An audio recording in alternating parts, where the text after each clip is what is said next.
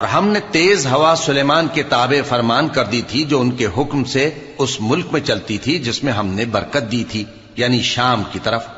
اور ہم ہر چیز سے خبردار ہیں۔